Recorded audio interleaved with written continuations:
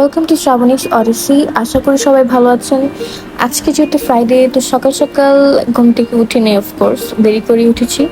তো উঠেই হচ্ছে যে সুন্দর মতো জানালাগুলোকে একটু জানা থেকে পর্দা সরিয়ে দিলাম। আর রুমের অবস্থা খুবই মেসি, কারণ সব কিছু এদিক সেদিকে করে একদম মানে উল্টাপাল্টা অবস্থা। তো সব কিছু এখন আমি সুন্দর মতো গুছিয়ে নিব। শুধু যে রুমে গুছাবো তা না, আজকে হচ্ছে আমি আমার এই ক্লোজেটটাকেও গুছাবো। আমার এই এক সাইডে হচ্ছে যে মানে রেগুলার ভার্সিটিতে যাওয়ার ড্রেস আপগুলো রাখা হয়, আর এই সাইডেরটা আমি আর খুলে দেখাবোই না, কারণ এটার অবস্থা এতটা বাজে, এতটা মেসি হয়ে আছে।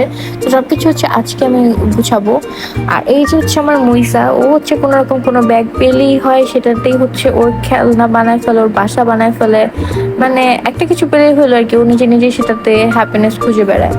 তারপর ওর সাথে খেলাধুলা শেষ করে এখন হচ্ছে ওকে শাওয়ার দিয়ে দিলাম। আর ওকে শাওয়ার দেওয়াটা হচ্ছে কি পরিমাণে একটা টাফ বিষয়, মানে টোটালি যুদ্ধ করতে হয়।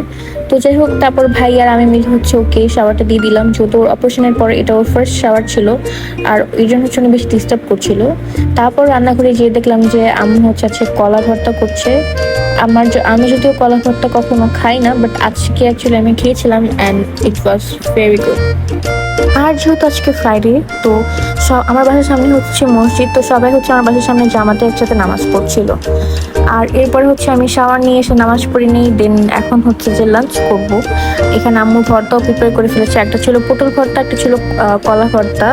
আর এই যে হচ্ছে এখন আমি লাঞ্চ করব। লাঞ্চে হচ্ছে এখানে করলা ভাজি ছিল মাছের ডিম দিয়ে, তারপরে ডিম আর 2 রকমের ভর্তা। তো আমার হচ্ছে করলা ভাজি, এই ডিমটা আমার খুবই পছন্দ। আমি জানি অনেকে হয়তো বলবেন তিতা, বাট না, বিশেষ করেন আম্মুর হাতে করলা ভাজি কখনো তিতা হয় না, খুবই মজা হয়।